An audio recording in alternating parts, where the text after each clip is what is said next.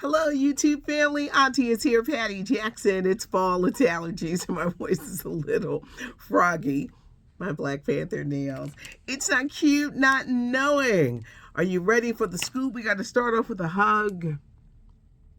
Today is kind of short and sweet because I got some stuff that I'm going to be sharing with you about my days on Friday.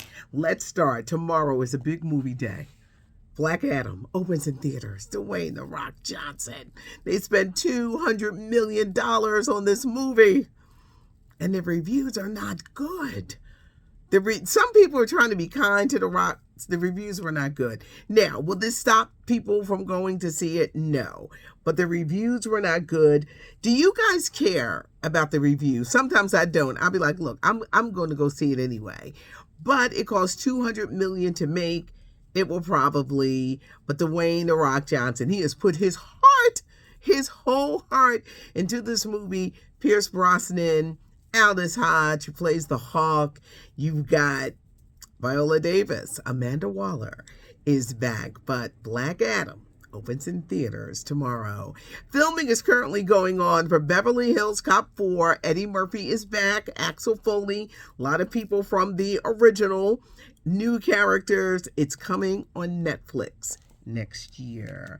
Black Mafia Family. It returns the stars for season 2 in January, and Monique is part of the package. You got Young Miami from the City Girls, Lala Anthony, Leslie Jones, Saturday Night Live fame, Russell Hornsby, the story of the brothers, the Meach brothers.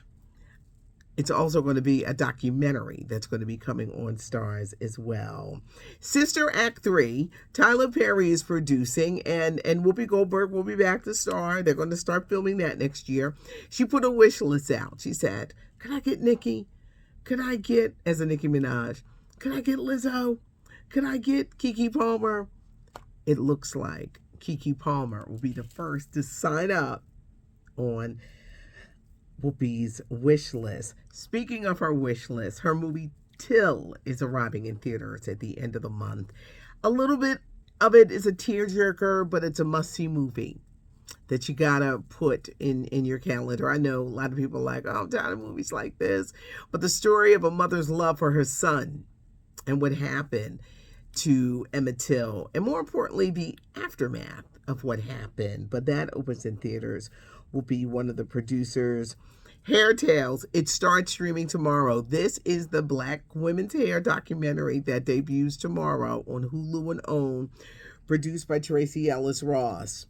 What a coincidence that it would come out the same time that they're finding a link between relaxers that many Black women still use in their hair and links to cancer.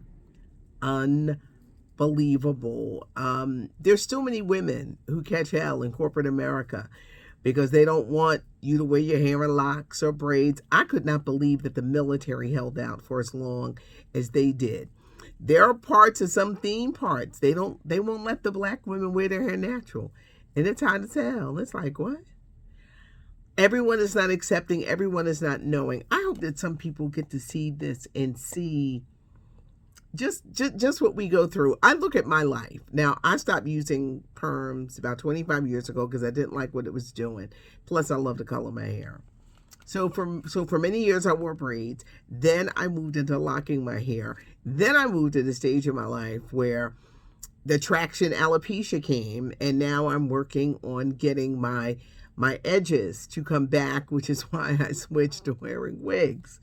What we go through, I just look at my life, what we go through with our hair. Cannot wait to see this documentary, which features Issa Rae, Oprah Winfrey, but Hair Tales is about Black women and their hair. Creed 3, it's not coming out until March. That trailer dropped. Michael B. Jordan is starring, his directing debut. Our man, Dame, that's a character that he plays. We're talking about Jonathan Majors. Looks amazing. It's kind of like a revenge kind of type movie, revenge type, where he is seeking to reclaim his life after being in jail, and he blames Creed for it. It opens in theaters. People are really excited since that trailer dropped. Sade. I really got a lot of people excited when I started talking about Sade.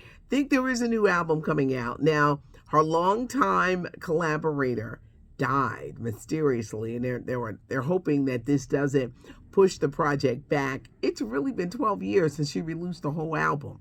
It's been 12 years since she released an album. It's like, Sade, it's time. It's time for you to come out with an album. So hopefully it'll happen next year. You know, I do the podcast, Patty and the Millennials, and we have reached our 300th episode. That's a lot of podcasts. We talk about FOMO, the fear of missing out. Social media makes it worse because people will look at other people's lives and be like, my life ain't nothing. I ain't doing nothing.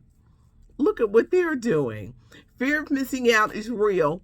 Social media, I think, makes it worse because people, instead of just being proactive and doing something with their lives, they're looking at this and thinking that their lives are nothing. I know I want to go to a real tailgate party in my life. So every time I see someone I know giving one of those football tailgate parties, I'm always like, I should have been there. I should have asked to go. I should have said, can I come to your tailgate party?